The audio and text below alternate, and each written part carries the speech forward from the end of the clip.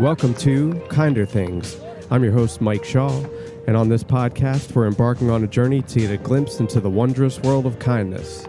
I'm as excited as you are to meet new guests, hear their stories, and learn from their insights. Just trying to make this podcast a platform for the little things, because that's where we see the real magic of life at work. Thanks for listening.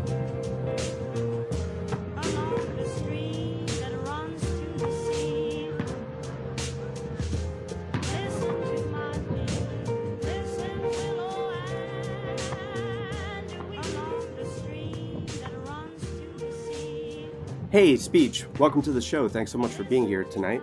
Thank you for having me, dude. Yeah, where are you today? I'm in Fayetteville, Georgia. It's about 20 minutes outside of Atlanta. Oh, nice. Is that home base? It's home. It's home for me. Yeah, this is home. Yeah, I flew from California to Philadelphia today, so we are in the same time zone. Really glad to have this window of time to chat with you. And most people know you or recognize you as the vocalist, lyricist, and leader of the hip-hop collective Arrested Development, a group that's very near and dear to my own heart. The first thing I do want to talk to you about is your podcast that I discovered a few weeks ago. Profoundly moved me to the point of wanting to reach out to you and have you on the show. The podcast is called Track Change. And in it, you visited Richmond City Jail and you met with 4 different inmates, learned their stories, why they were behind bars, and kind of gave a platform to their narrative. And you collaborated with each of them on a track. And I just thought it was such a powerful and uplifting podcast. So if you want to talk about that experience, we'd love to hear. Yeah, man. Thank you. So basically, I've had a heart for those incarcerated for decades because, first of all, I've had members of my family incarcerated. This is like an adopted son of mine, did 5 years, and some of my relatives have done more. So I realized the way that it sort of disrupts family. I realized that, unfortunately, as a Black man, many are incarcerated when they really need to be in rehab. Yeah. Some even need psychiatric help. Some need other things. So it's like I realized that the system had started to incarcerate to get rid of problems that they deemed were in the community. And a lot of it was race related. So there's a lot of injustice going on numerous levels. Yeah. Even down to political prisoners that have been very inspirational, spoken out against serious injustice, obvious injustice, undeniable injustice, and were put in prison as a result. So it's been a topic that's been on my heart. So I got this news program on CNN that I saw where it was a daddy-daughter dance, and it was inside of a prison. I was moved by it because I was like, oh, wow, this is treating the residents of this jail with more humanity, to let them actually, while they're incarcerated, let their daughters all come together in one room, balloons, cakes, all of this stuff, and have a memorable moment as a family between fathers and daughters. And I just thought that was moving. And so my manager saw the same episode of CNN that I was watching. Wow. And he called me. He's like, Speech, you see this?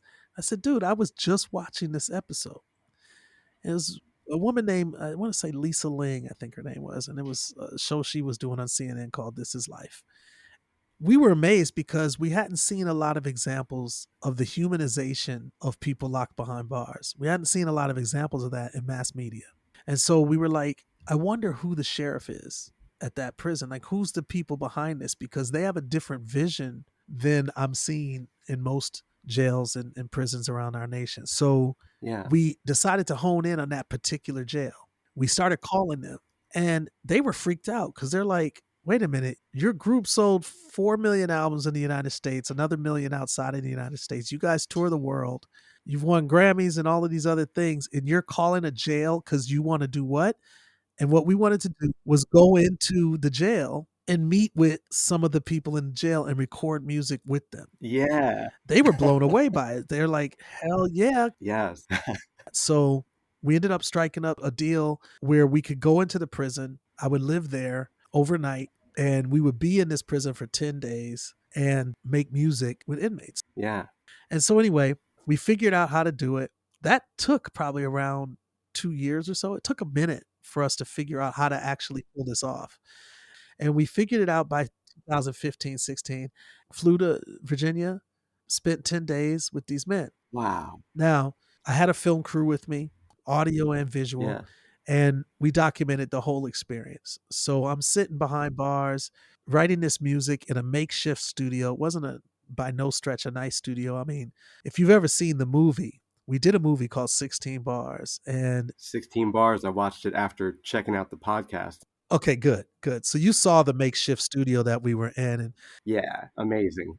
you saw the pod that we were, that I was in and Yeah. my crew was in, and we're shooting this film, and it won numerous awards at film festivals, and it toured all throughout the United States and even Canada and even France and stuff like this. So we had success on getting the word out there, and people standing ovation with almost every screening, and it was awesome. Yeah. But meanwhile, whenever you do a film, we used an hour and a half, hour and 45 minutes for the film when it came out, but we shot hundreds of hours, maybe 100 hours. So there was so much that we had that we started saying, well, what else can we do? So we did the movie run, got it on the major streaming services. It was on Prime Video, it was on YouTube for pay and some other places. And so we were like, okay, well, what else can we do? Yeah.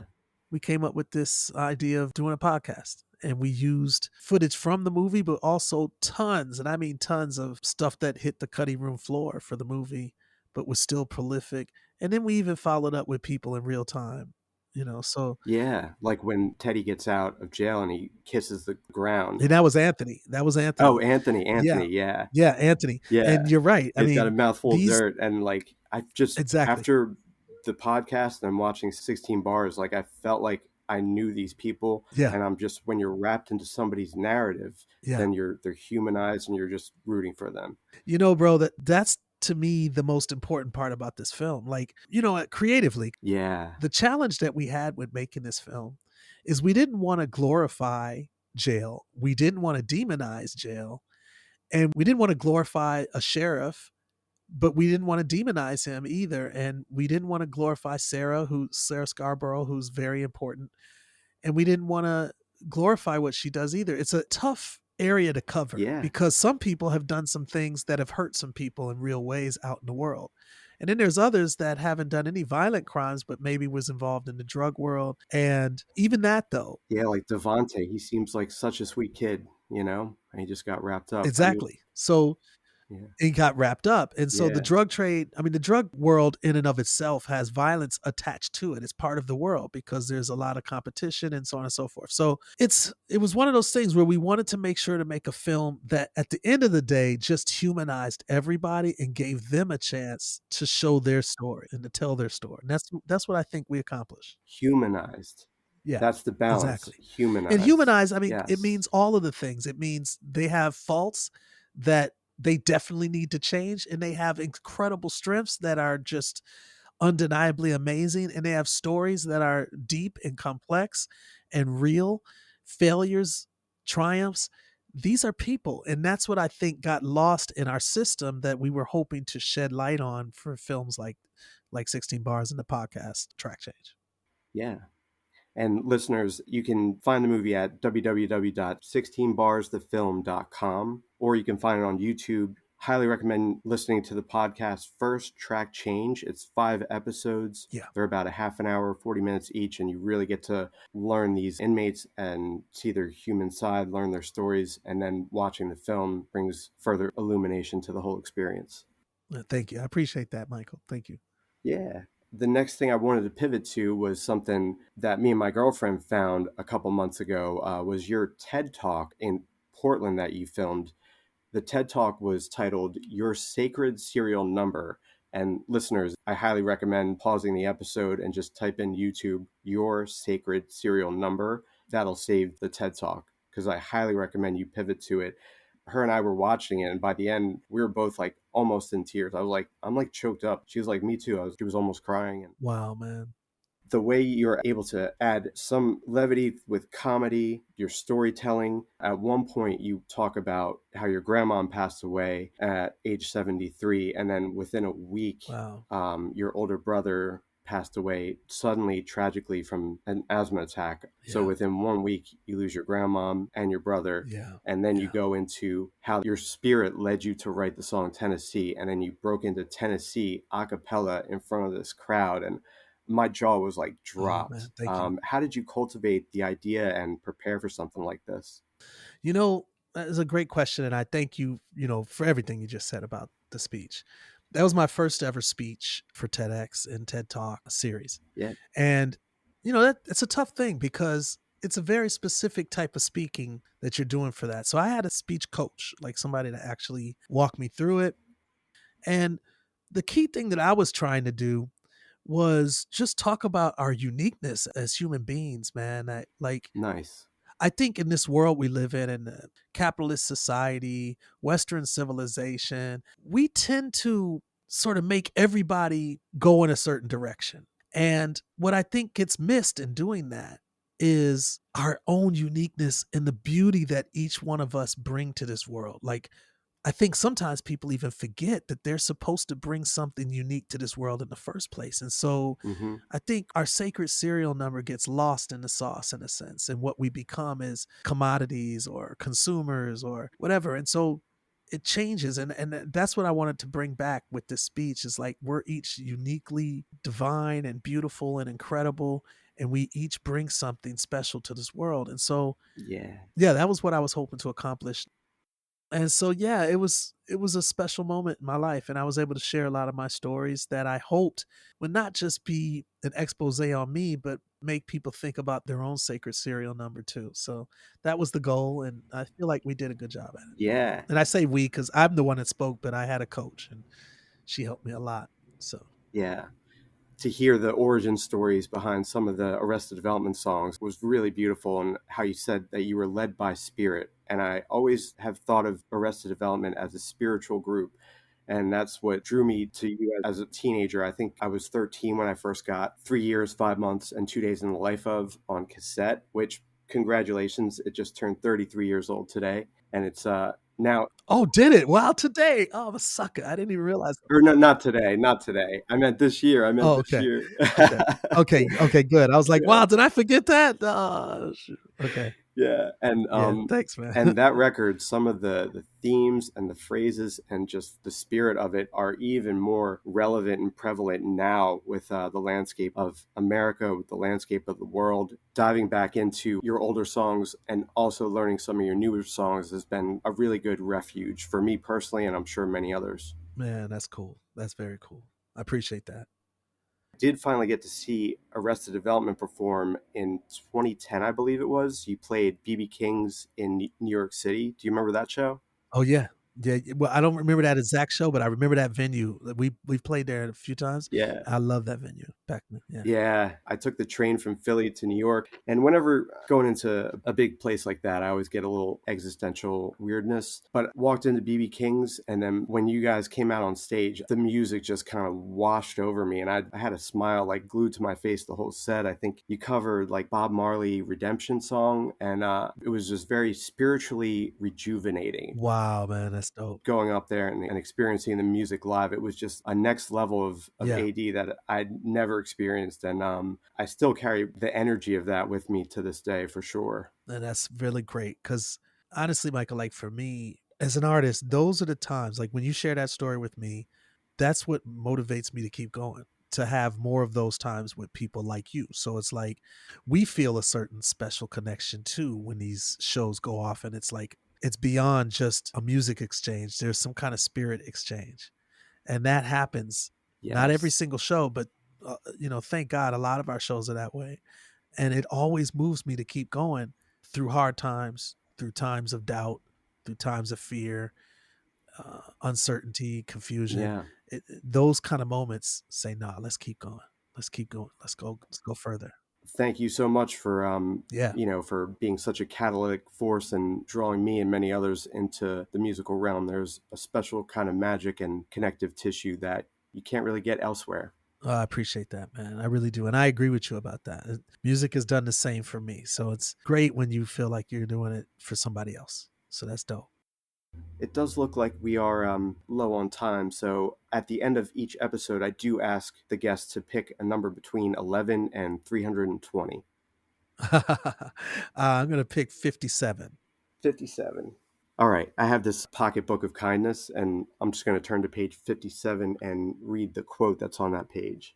dope. I like that. That's really cool. Yeah, it's a good way to close things out, Yeah. All right, so this quote is by a Conrad Hilton. There is a natural law, a divine law, that obliges you and me to relieve the suffering of the distressed and the destitute. If that doesn't cover exactly what I feel in my heart, That's man, that's crazy. That's like, crazy, dude. that's crazy.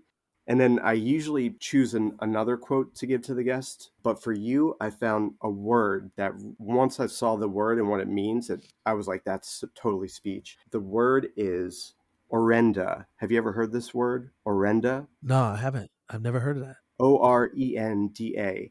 Orenda, a spiritual force believed to exist in all things, which gives individuals the power to influence the world around them. And I thought of you and what you've done just with your voice. Wow, dude. That's a dope word. Yeah, Orenda. You've lit so many lamps. You've encouraged so many people. You've really been a beacon of inspiration and guidance, not just to myself, but to many, many people out there. Just wanted to say thank you and like what an honor it was to get to chat with you today. Man, thank you very much, dude. I appreciate that. Oh, I gotta say, by the way, we're dropping a new album. Whoa, It's called Adult Contemporary Hip Hop. nice. And we're dropping it on July 4th, 4th of July, 2025. It's dedicated to a great friend of mine, great friend of the group's too. His name is Twan Mack, who came up with this category for hip hop, which was adult contemporary hip hop. He came up with that because he felt like people that are aging in life, they're getting past their 30s, 40s, 50s, shouldn't be compared to dudes doing hip hop in their teens. So, Yeah. like, it's because it's different things you want to talk about. It's different things that you're sort of into. Hmm. So he came up with this thing called adult contemporary hip hop, and he passed away unexpectedly, a young brother. Damn. And so we dedicated this album to him, and it comes out 4th of July this year, and we're really excited. So I just wanted to make sure to say that to the listeners. Amazing. Love to hear it. Thank you so much, Speech, and have a good rest of your night. Thanks, brother. Appreciate it.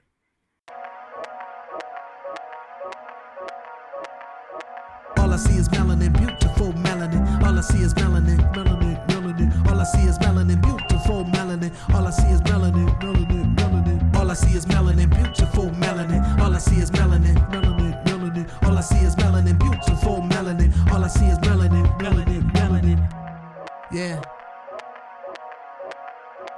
Okay, all I see is you and you glowing again. People called you deranged, but you grew through the pain, through the change, the kinky bangs. The way you sang through the negative things, you getting fame. While the enemies came with derogatory names. Sometimes a superwoman had to become Lois Lane. Sometimes a Superman had to become Clark Kent. Playgrounds in your heart surrounded by a hard fence. I get it.